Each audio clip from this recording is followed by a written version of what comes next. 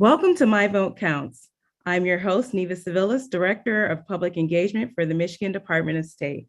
My Vote Counts is a weekly series that aims to empower Michigan residents by sharing the most current information regarding the voting and election laws in our state. Today's topic will be absentee voting and how it's secure. Joining me to help facilitate our discussion is resident legal expert Megan Shar, Associate Legal Director for the Michigan Department of State. Before we get started, I'd like to remind you, if you have any questions at any time during our presentation, please feel free to drop them in the Q&A box, and we will, if we have time toward the end, answer all questions. All right, so we ready to get started? Let's start off with michigan.gov/vote. This is the one-stop shop for all things voting and election laws related in our state. With michigan.gov/vote, you can update your voter information, you can check your registration status and other information. You can ask for and track your absentee ballot, and you can also view a sample ballot, and you can find local clerk information. Now, Tuesday, November 8th, a very important date in our state. Why? Because it's our statewide general election. Now, before we get to this date, there are a couple things we want you to remember ahead of the election so you can be prepared. So, another important date, Monday, October 24th. Why is it important? Because it's the last day that you can register online at michigan.gov/vote or by mail so that you can vote. In addition to that, it's the recommended date for you to request an absentee ballot to avoid potential for mailing delays. And it's also the recommended date to return absentee ballots by mail so you can avoid potential mailing delays. All right, some more important dates for us ahead of the November election. Friday, November 4th, by 5 p.m., this is the legal deadline for you to request an absentee ballot to be mailed to you. Monday, November 7th through 4 p.m. You can vote up until Monday, November 7th through 4 p.m. in person with an absentee ballot or at your city or township clerk's office. Now, on election day, November 8th, by 8 p.m., you can return in your signed absentee ballot and hand it to a Dropbox or your local clerk's office. And you can also register to vote in person at your city or township's clerk's office. So at this time, I'd like to pass the presentation over to Megan Shire, who's going to discuss absentee voting and explain how it's secure. Megan? So absentee voting in Michigan is secure. The process in which an absentee ballot is issued, received, and tabulated ensures the verification of a voter's identity and the integrity of their vote. One person, one vote. Again, the process by which the absentee ballot is issued, received, and tabulated is what's going to ensure the voter's identity and the integrity of their vote. State law requires that voters must first complete an absentee ballot application before a clerk's office can issue them an absentee ballot. Clerks and their staff will verify a voter's signature when they submit their absentee ballot application, and again, after receiving a completed absentee ballot. Voters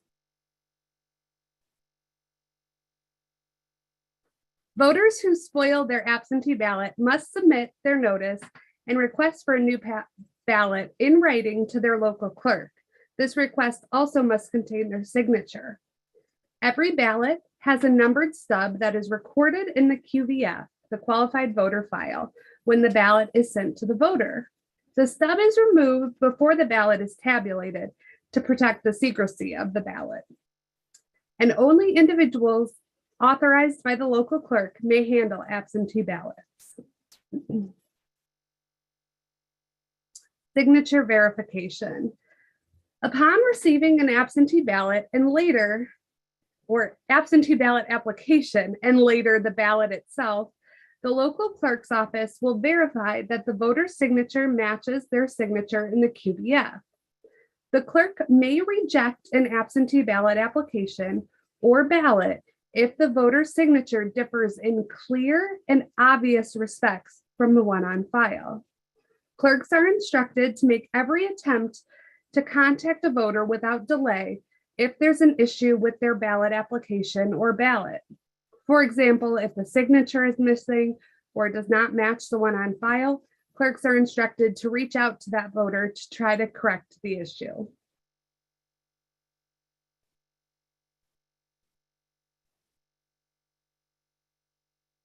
Voter signatures. Clerks compare the signature on the application and the absentee ballot against the voter's signature in the QBF. The qualified voter file uses the voter's electronic signature from either their driver's license or state ID. Alternatively, if you don't have a driver's license or state ID, the clerk will verify the signature against that which was on the voter registration application you completed. If a voter changes their signature, they must contact their local clerk's office to inform them of their new signature. For instance, if you broke your dominant hand leading into the election and you have to sign with your non-dominant hand and it looks quite different, you want to go update the signature with the local clerk's office ahead of the election so there aren't verification issues. If this is a permanent disability that's caused your signature to change, we also recommend that you update your signature with the Secretary of State's office so that it's updated on your driver's license as well.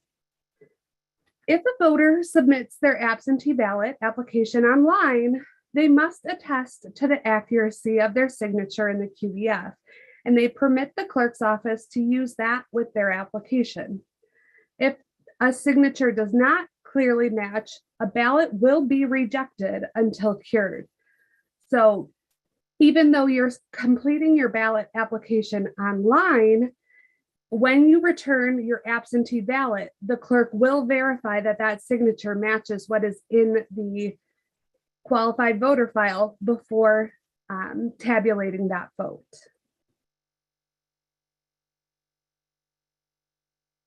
Determining if a signature is mismatched. If a signature does not have any redeeming qualities or it differs in clear and obvious ways, it will be rejected. The signature is compared upon receipt of the absentee ballot application or absentee ballot to allow time for curing if needed. So although your vote cannot be tabulated until election day, the signature is compared as soon as that application or ballot is received in the clerk's office. So that gives you a little bit of time to cure any issues if they arise.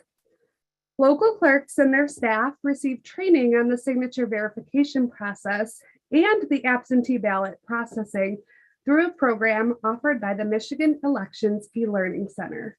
It's important to remember that it's illegal to forge another person's signature. This includes doing so on an absentee ballot or an absentee ballot application.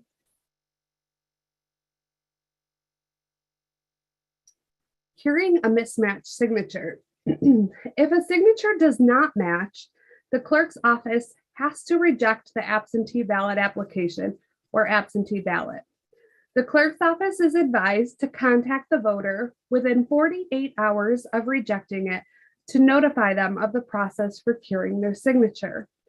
To cure their signature, a voter may need to visit their local clerk's office in person to provide a new signature.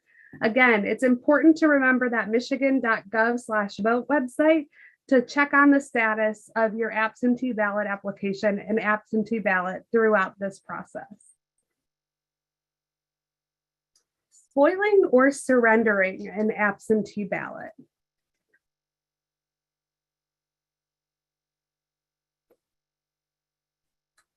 So a voter can spoil their absentee ballot if they choose to change their vote after submitting it. You must make a request to spoil a ballot in writing or in person at the local clerk's office. When a ballot is spoiled, it is marked as such in the qualified voter file. to ensure that it is flagged and it is not counted when it comes in. You can also surrender an absentee ballot if it's incomplete. An absentee ballot can only be surrendered at a voter's polling place. If the absentee ballot is lost but not submitted, the voter will need to sign an affidavit in order to receive a new ballot.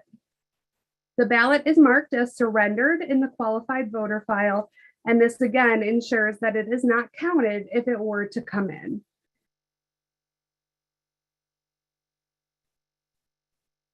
Before surrendering an absentee ballot, when an absentee ballot is issued, the local clerk will record this in the QVF. This step then updates the e-poll book to show that the voter has requested an absentee ballot. When a voter appears to vote in person at their polling place, election inspectors verify that an absentee ballot has not already been counted for the voter. And they must do this before allowing the voter to surrender or sign an affidavit and vote in person.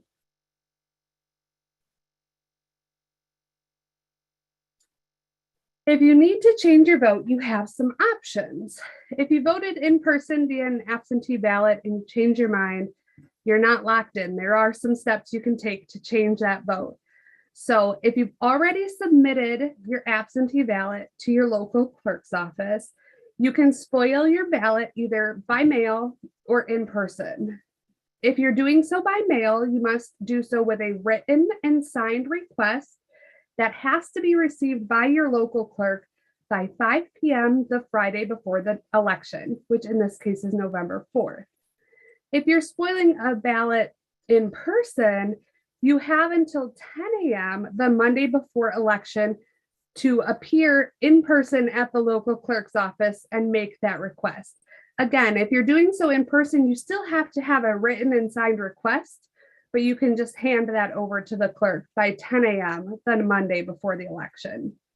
If you have not submitted your ballot yet, then you still have options as well. You can have a written and signed request received by your local clerk by 4 p.m. So if it's not yet submitted for tabulation in the local clerk's hands, you have a little bit more time until 4 p.m. that Monday before election.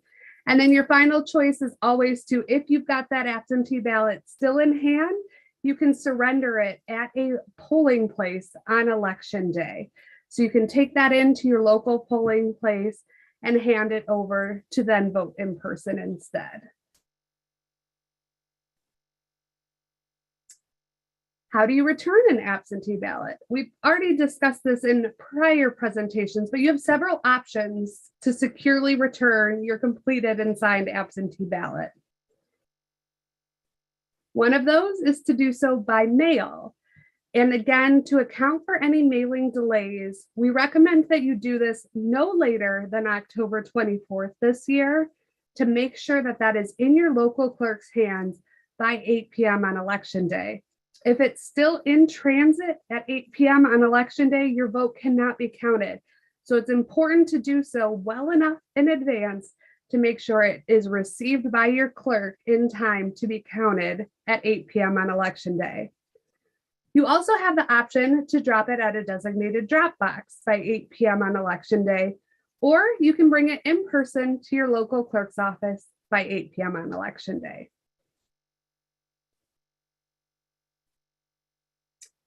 Who can return your absentee ballot? If for some reason there's something preventing you from returning your own ballot, either by mail or by hand, you can request the assistance of an authorized individual below. And that includes either a member of your same household, a member of your immediate family, a professional mail carrier, or a deputized election official. It's important to remember it is a felony in Michigan for any person other than those named to possess or deliver a ballot, regardless of whether or not it has been voted. So only those listed above should be the ones returning your ballot for you if you cannot do so.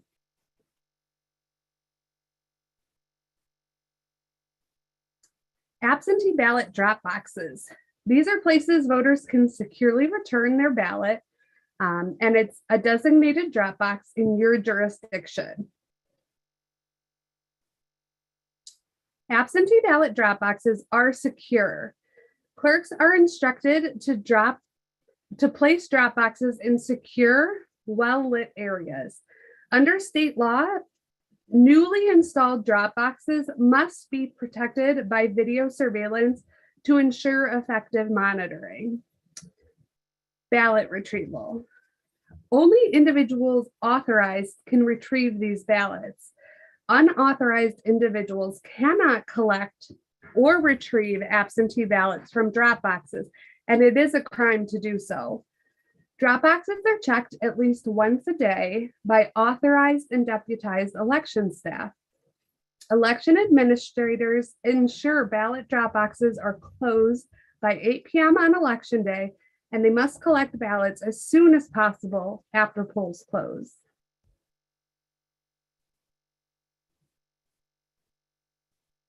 What is an absentee ballot drop box? An absentee ballot drop box is a secure, stationary receptacle where voters may submit their completed and signed ballot to their local clerk. Absent voter ballot drop boxes have always been allowed in Michigan, but they are being used to a much greater extent in the last several years because of no reason absentee voting, the pandemic, and concerns about mail delays. Voters returning their absentee ballot to a drop box must do so, again, by 8 p.m. on election day. It's also very important to make sure that you are returning your absentee ballot to the designated drop box in your city, township, or village to ensure that it is counted and tabulated on election day. You should confirm your Dropbox location at michigan.gov/vote before dropping off your ballot, just to double check that it's in the right location.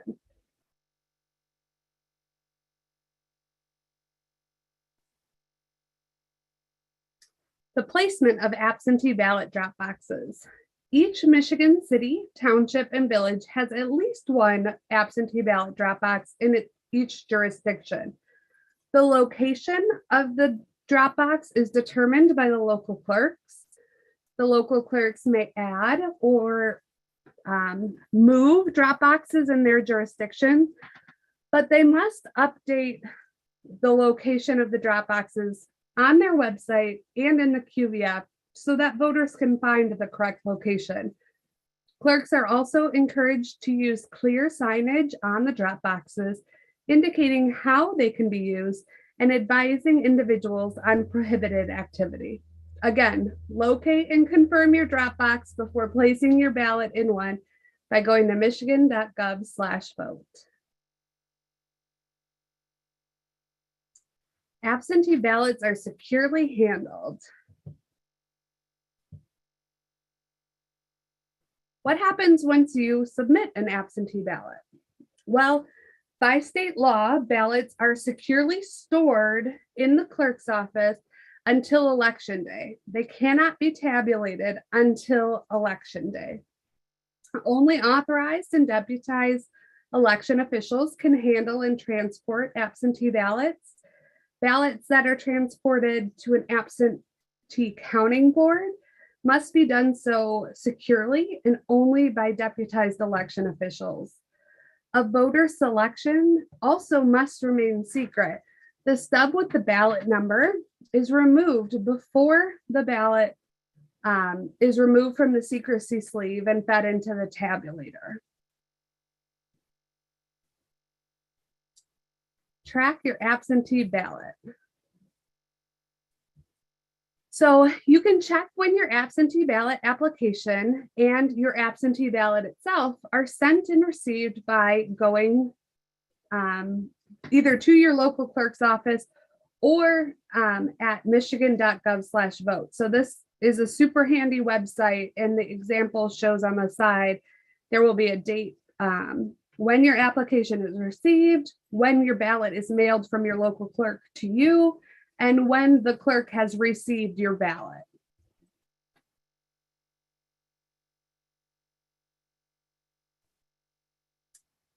So there's a few steps that you can take to be prepared ahead of the November general election. So to make sure your vote counts and ensure that you have time to receive your ballot, fill it out, and securely return it in time for it to be tabulated. Make sure you request your absentee ballot in advance. Make sure there's enough time for your ballot to either be mailed to you or for you to pick it up at your local clerk's office. Then also make sure that you have enough time to return it to your local clerk's office, again, no later than 8 p.m. on election day. If you need assistance completing your ballot, make sure the person helping you signs and dates the designated area on the purple or green return envelope. Again, this is important, and it's required that anyone helping you sign the outside of that return envelope. Remember, only certain people can return your ballot for you, and authorized individuals are able to do so. That includes someone in your household, someone in your family, a deputized election official, or a member of the Postal Service. And then lastly, securely track your ballot online at any time at michigan.gov/vote.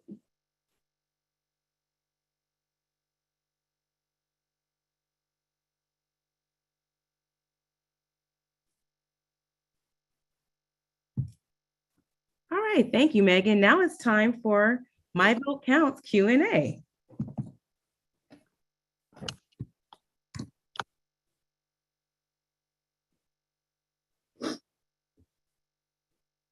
So, our first question, can I still obtain an absentee ballot application even if I am not the permanent absentee, even if I'm not on the permanent absentee voter list? Yes, you definitely can still request an absentee ballot application if you're not on the permanent absentee voter list. You do not have to be on that list to receive and complete an application.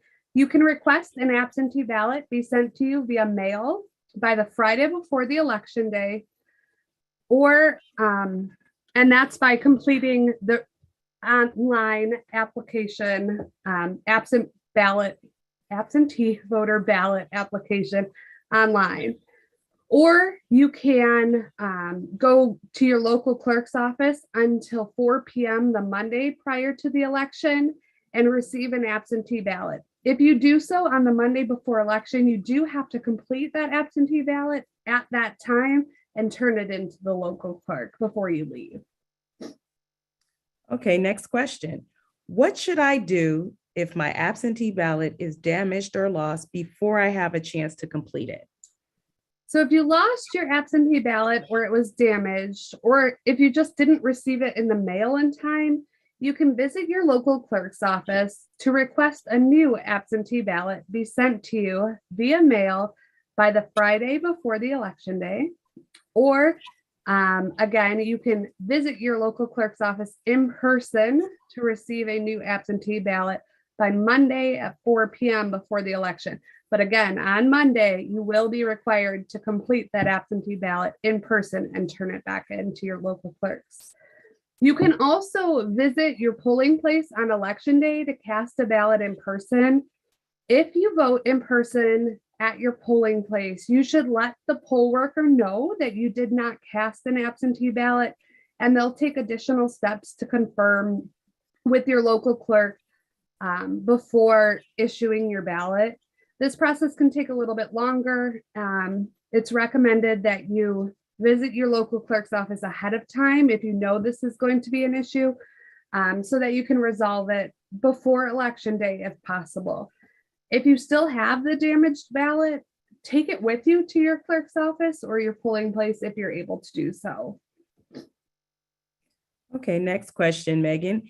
Can someone from the clerk's office pick up your ballot if they are deputized, if you are not able to return it and you have no one to return it for you? So an election official can do that. There are certain circumstances too when an election official is required to pick up a voter's absentee ballot. And that includes if all of the following conditions are satisfied: The election official has to have been the one to issue the ballot to the voter. The voter is unable to return the ballot under any authorized delivery method. The voter calls to request the pickup of his or her ballot before 5 p.m. on the Friday before the election. And it is not necessary for the election official to travel outside of the jurisdiction to obtain the ballot. So you've got to be located in that jurisdiction's boundaries for them to come and pick that up. Under any other circumstances, an election official or authorized assistant or authorized deputized election official can pick up a voter's absentee ballot at the election official's discretion. The election official still needed to be the one that issued the ballot to the voter, and the voter is unable to deliver or return the ballot under the authorized methods. Okay, so are ballots counted for deceased individuals? Is an absentee vote counted if it is legally submitted and the voter dies before it is counted on election day? So Michigan uses death data from the Social Security Administration Master Death Index to regularly remove the names of individuals who are deceased from the QVF. In some cases, this process may not identify an individual who had died, in which case that individual could potentially stay on the voter rolls until the local election official or local election clerk identifies the deceased individual's record and cancels it. There are safeguards in place to ensure an absentee ballot cannot be voted on behalf of another individual, deceased or otherwise, and that includes the signature matching that we discussed on both the application and the absentee ballot itself.